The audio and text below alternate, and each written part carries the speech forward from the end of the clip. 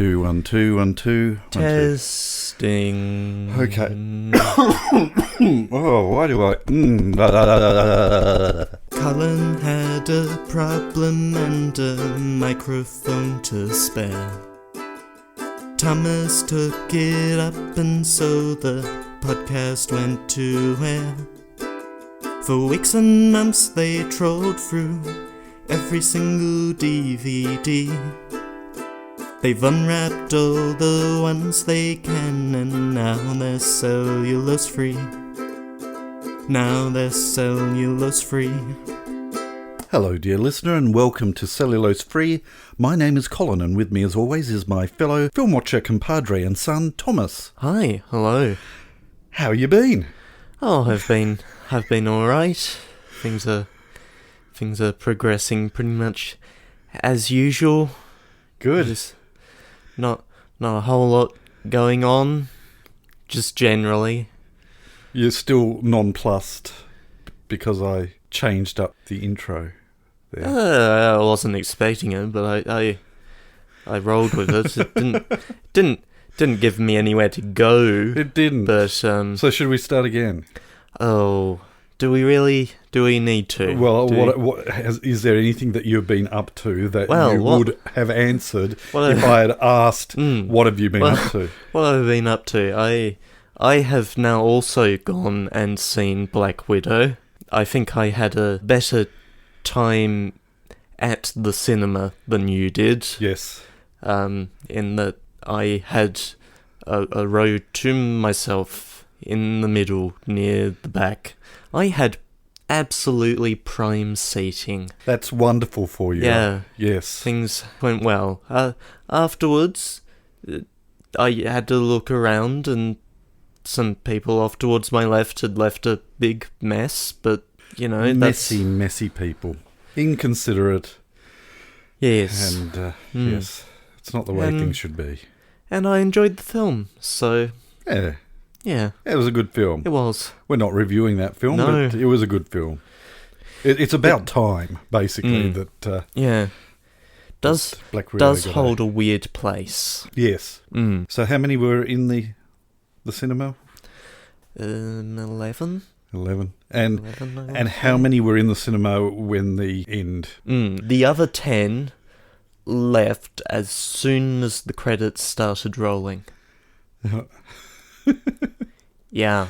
Oh dear. Yeah, dear, and missed what came after the credits. Yes. Yes. They did. If you or a loved one intend to go watch Black Widow, remember that despite having some differences from other Marvel movies, it does remain a Marvel movie, and as such has the relevant trappings. Indeed. So what do you think of the new studio?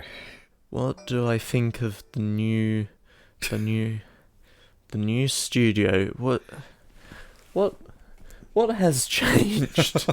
The recording deck has now got a table that I'm going to get rid of because it's just not working for me. Right. I can't see the levels from all the way over on that table/piano stool.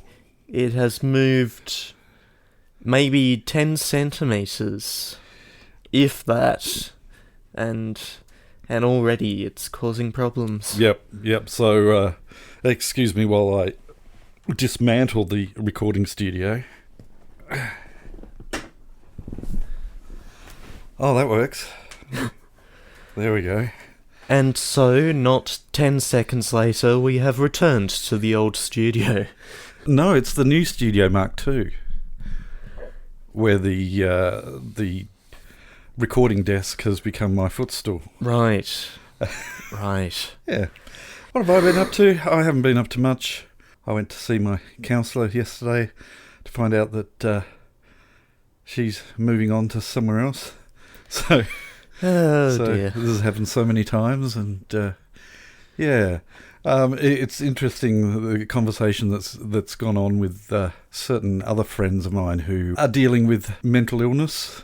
That it's really hard when suddenly you are faced with having to retread on everything and recap everything to the new person, because they don't tend to read notes, and they prefer not to read notes. And as I said to one person, we need like with the a season opener of a new season of a TV series previously on, and and just have that recap everything. But yeah, so that's frustrating. And now the conclusion.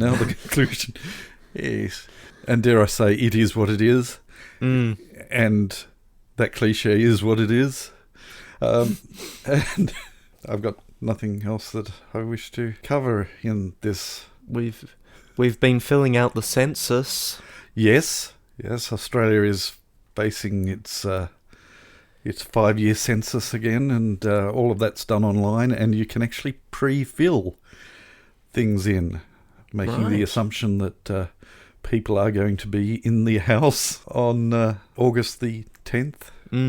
And I think the chances are fairly high that we can guesstimate who is going to be. That's what, a Tuesday, right? Yeah. Yeah. Speaking of censuses, Sensei.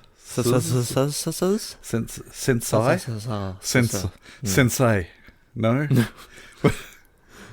What's the plural of census? Well, I look up... While you're looking for that, I'm trying to work out the segue relevance of speaking of... Even though the word census is of Latin origin, and in ancient times the plural would probably have been censi, in common usage today the plural is censuses. Well, there we go. Good. Speaking of censuses, we have a film to watch. Okay, I didn't manage to come up with any real segue relevance. Right. It's a film that you selected? It is, yes. What film would that be? That film would be Finding Neverland. And would you be able to tell our dear listener what the plot synopsis of said film is? Just pulling it off the Just Watch, which I assume is pulling it off IMDb. Yeah. I don't know. During a writing slump, playwright J.M. Barrie meets a widow and her 3 children, who soon become an important part of Barrie's life, and the inspiration that led him to create his masterpiece, Peter Pan. That's what we're going to watch? It is. We're not even grabbing the disc. Nope. Thomas has managed to source a streaming service that is spitting it out, supposedly. So we're going to... Don't know. I'm not logged into it on this device, so I can't cross our fingers. Can't tell for sure. And hope our electronics spit it out at us. We're going to watch it and talk about it after we've watched it. So we'll catch you on the flip side. Turn to side B. What? Intermission? Go to Act 2? Yes. Yes. Yes. Yes. This is very theatrical. Wait for Act 2. Yes. Exit pursued by a bear. Oh no. Oh no. Oh no. Ah. Good.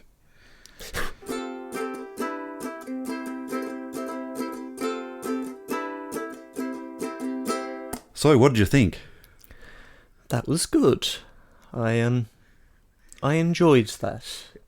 It is... I was thinking whilst watching it the number of movies that we have on the shelf of, I guess, biographical in nature concerning authors. We've got Miss Potter concerning Beatrix Potter, and Shadowlands, I think it's called, about C.S. Lewis. The Nanny. With the umbrella. Mary Poppins. Yes. Yes. Saving Mr. Banks. Saving Mr. Banks, yes. I've gone on a complete tangent there, and I don't know why. We are talking about Finding Neverland. We are, yes. It was And I understand. My understanding is that as far as how closely it sticks to reality, it does take some liberties. Yeah, it does. Yes.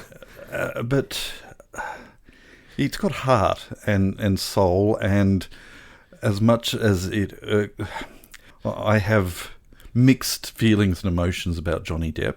I think he does a very good job. Yes. In this. Yes. And his Scottish accent isn't too bad either. I think he pulls that off quite well. Depp plays a lot of characters with quirks. Yeah. And sometimes that doesn't work. That's right. And sometimes it does. It was interesting also registering him playing a pirate in this. Mm-hmm. And you have this year-wise, how does it relate? Okay, so this was 2004, 2005-ish, and Pirates of the Caribbean was 2003. Okay. The Curse of the Black Pearl was 2003. Yep. Yes. Now this got delayed, didn't it? As far as releases, I think there was a question mark as to. So here it did. Over there, it was 2004. Over right. Okay. Directions. Yeah. So it would be interesting to know, as far as release dates with a film like Pirates of the Caribbean. I'm curious to know whether there was some overlap, because there was certainly some Jack Sparrow coming out there. Principal photography began on October 9th, 2002 and wrapped March 7th the next year for Pirates. Yep. Finding Neverland was originally scheduled to be released in the autumn of 2003. And then Columbia Pictures, which at that time owned the film rights to the play and were adapting it into 2003's Peter Pan. Yep. Refused to allow Miramax to use scenes with the play in them if they released during the same year, and so it gets pushed back. So I'm going to say possibly Finding Neverland was shot first. First, yes. Yeah. That is the vibe that I'm getting. So it was interesting seeing that, and dare I say, so him playing a pirate, and he also played an Indian. Yeah. Quite racially questionable Indian, yes. but of the time, and we accept that. But then went on to play a questionably racial stereotype in Lone Ranger. He played Tonto. Right, I've not seen. I have not either. Partly because of that reason, and partly because it got absolutely panned. Maybe we should watch. No. Yeah. Production was plagued with problems and budgetary concerns, which at one point almost led to the film's premature cancellation.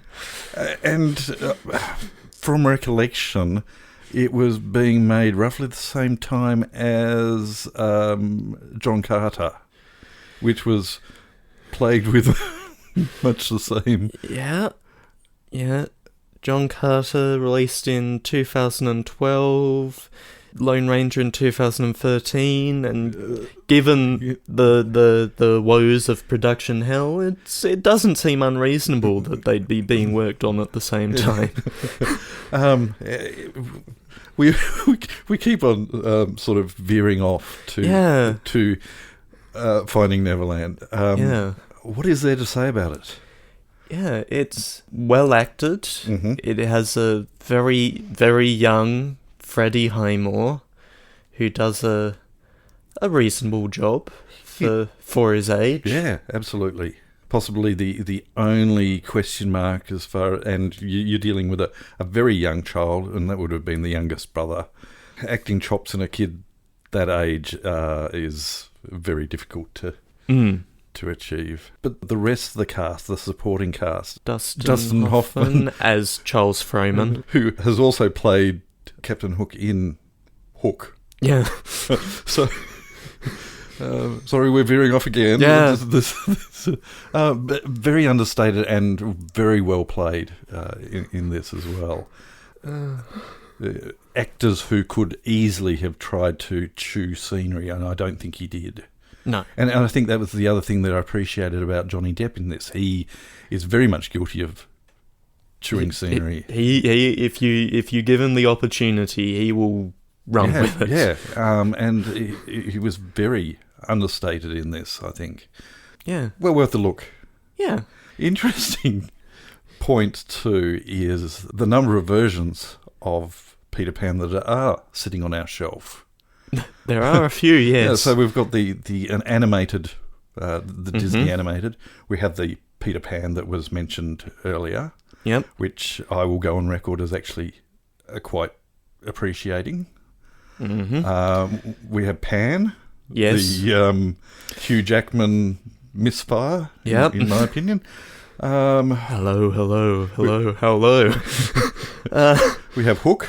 We do, yes. And there's another one that was made in the UK. Yes, an ITV television film. Which is an interesting take on it.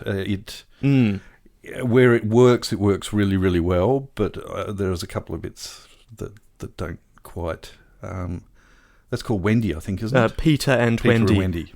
Yep. As with the original book, which is relevant for... Yeah. Yes. And the movie that we've just watched is also based on a stage play? Yes. So, Yes. And there is a copy of the book Peter Pan sitting on the shelf as well. So, soft spot for it. And as I mentioned last week, I have actually seen it performed on stage. I did have a weird childhood flashback, though, during this. Okay. Okay, so where the kids are in the theatre and the stage hands are strapping them in and lifting them on the ropes. I have had that happen to me. Right. And except it wasn't on a stage, it was actually in a circus tent. Right. Okay. So this is the scenario, and please take note of how much of this you could get away with today. All right. I would have been about maybe 9 or 10. Okay. And my memory of it was that it was a huge circus tent. I suspect it wasn't, but to me it was huge.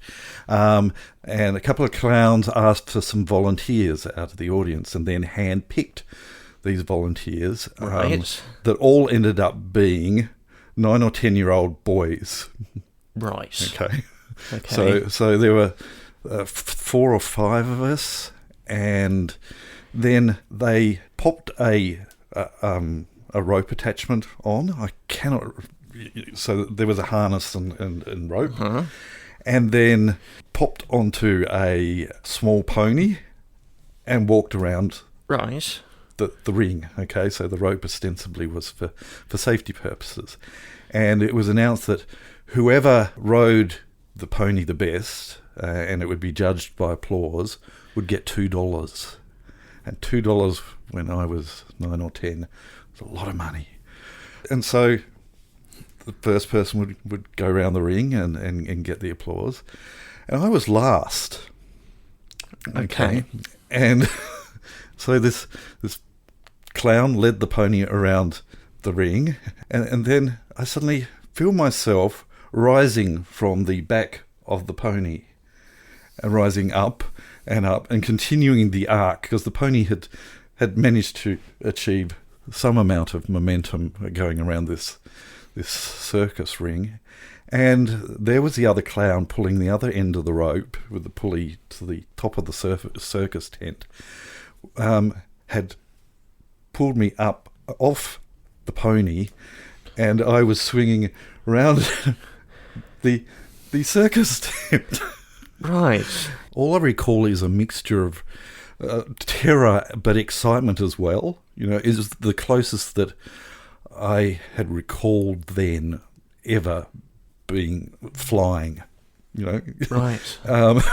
But and there's howls of laughter and everyone's applauding and what have you, and I thought, wow. And then I felt myself being lowered back down, and this clown below me was ready to catch me, and here I was, 9 or 10, in track pants, tracky decks, and the clown grabbed me by the track pants and pulled my track pants down. Yeah, so I got more applause, and then quickly pulled me down again and pulled pants up, and I got the $2, obviously. But yeah, that feeling of being raised up on a rope, aside from all the other things that you just wouldn't get away with these days. You'd need waivers. Yeah. I don't even know how much of a harness it was that was put on, because obviously it must have been under the arms, a strap under the arms for them to be able to pull my dacks down. So yes. So right. I don't know where that. I just got a flashback of it watching the kid being lifted up on the ropes. Again, veered off the film, haven't we? Yeah. And now more tingly. I feel that might be part of why people tune in to listen to this. The vaguely related tangents. Yeah. That was very, very vaguely related. Disturbing addition to that, I proceeded to head off to the local supermarket with my mum, and bought a bright orange plastic machine gun with my $2, which I had for many, many years. And it had really annoying. You'd pull the trigger and it would make a rat-tat-tat-tat-tat noise. Yeah. Weird memories. Well, there we go. Yes.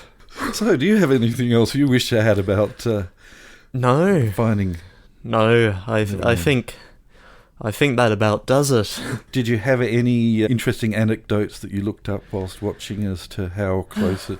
It obviously makes some choices. Yep. The Llewellyn Davies boys, it's a sad story from there. War happens. Yeah. One died in combat, another one of them drowned, both in their early 20s. And Peter, really sad, was dogged by his association with the play for the rest of his life and ended up committing suicide.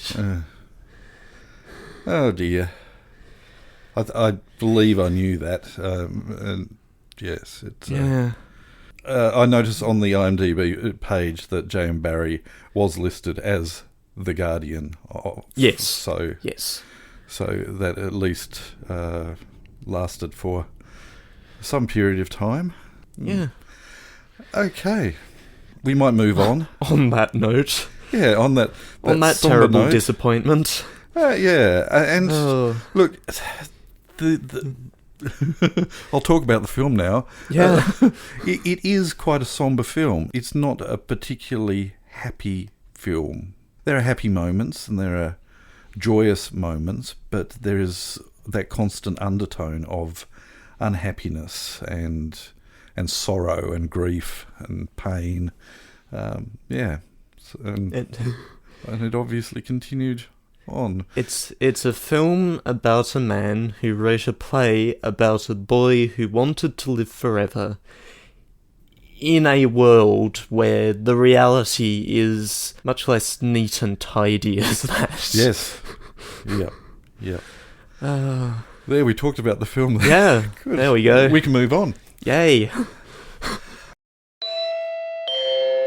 The following segment has no title. We apologise for the inconvenience. A brief segment here, but an important one, I think, because it validates my views of last week's episode. Had a couple of comments about Eric and and liking Eric and welcoming our new Eric Overlord. Which is very weird to hear about a one-off bit character in an introduction. But thank you. Do appreciate it. I think Eric has appeared before, hasn't he? Under a different name? There have certainly been Eric-like characters.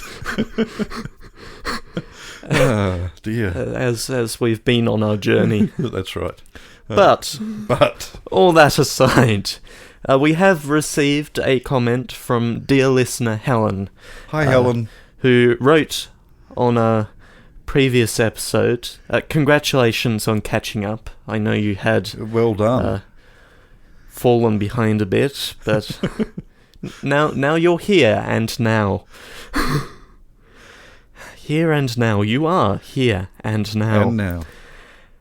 And she said, I watched this for the first time, referring to the film, Wall-E, after listening to the podcast. I agree with Colin. The first 40 minutes sets up an amazing atmosphere, which then degenerates into cliché and caricature that is not remotely plausible. If they've been throwing rubbish off the spaceship for 700 years, how is there any spaceship left? Among other issues. It was lyrical and then stupid. Yeah. I do feel validated, but I think it is very much still a minority opinion. Looking at, I feel she may have been harsher on it than you even were. Almost. Yeah. I tend to tone down, I guess, depending on what your feelings on it are. It's perhaps that wanting to avoid the Margaret and David at the movies, the Australian reviewers who occasionally have very, very different opinions of films and get quite... no, I think you're wrong, David. So maybe my mindset is trying to avoid that, and so if I get the vibe that you really enjoyed it, then maybe I start questioning my intense displeasure at a film. I gave it 3.5 stars, and I gave it 1. Ooh, you're being overly generous, David. I gave it 1. Yes. Well, thank you, Helen, for giving some validation as to me getting that feeling of being on the outer as far as other people's feelings about it. Wondrous, absolutely wondrous for the first 40 minutes, and then it just gets stupid. Yes. Anything else for that segment? No, I think that might be the end of this episode's untitled segment. Okay, well, let's move on then.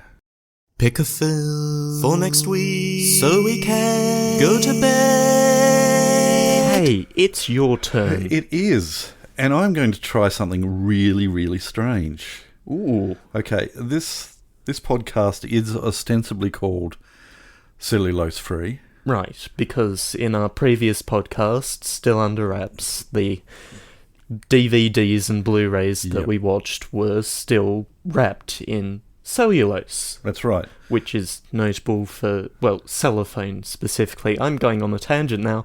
Cellophane specifically, notable for being a biodegradable plastic. It is.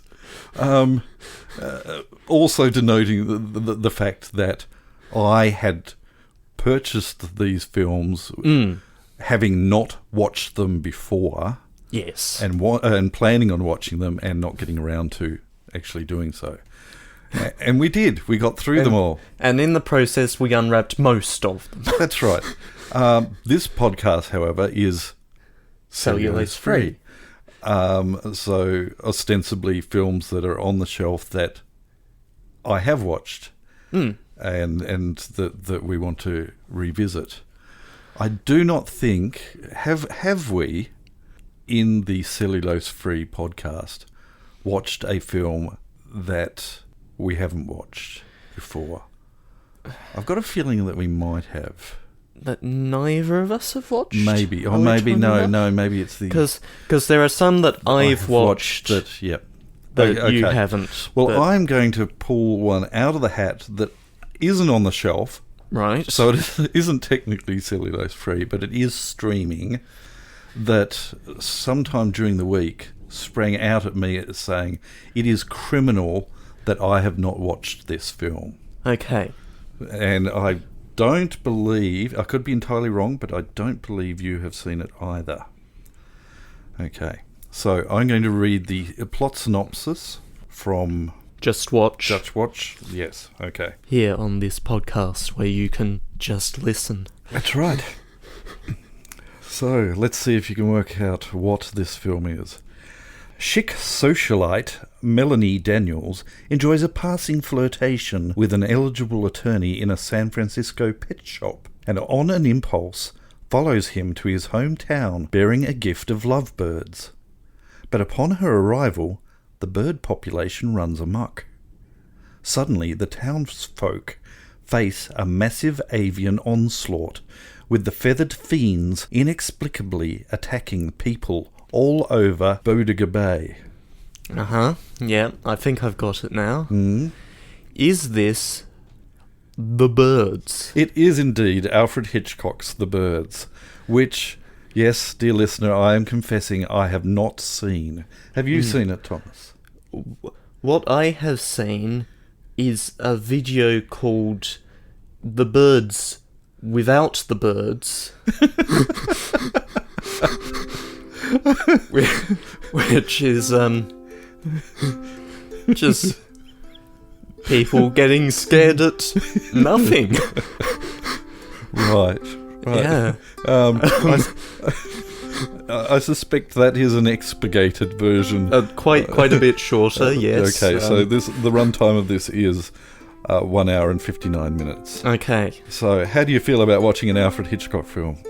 I feel fairly good about watching an Alfred Hitchcock movie called The Birds. So do I. Alright, we'll do this. Yes. It's our podcast and we'll cry if we want to. We hope that you can join us as we cry next week. And watch Alfred Hitchcock's The Birds. But until then, we'll catch you next time. Bye. You have been listening to Cellulose Free. Your hosts were Colin, who produces and edits the show, and Thomas, who makes the artwork and music. Cellulose Free is recorded in the Deranged Cat Studios in scenic Tasmania, Australia. We keep track of our extensive physical media collection through My Movies, which we highly recommend. You can find links to that, as well as other places you can find us in the show notes. Cellulose Free is a Hi Hello production.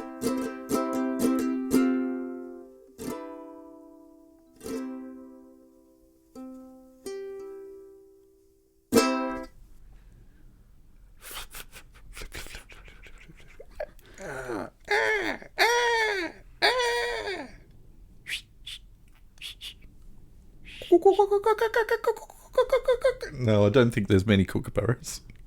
Hoot.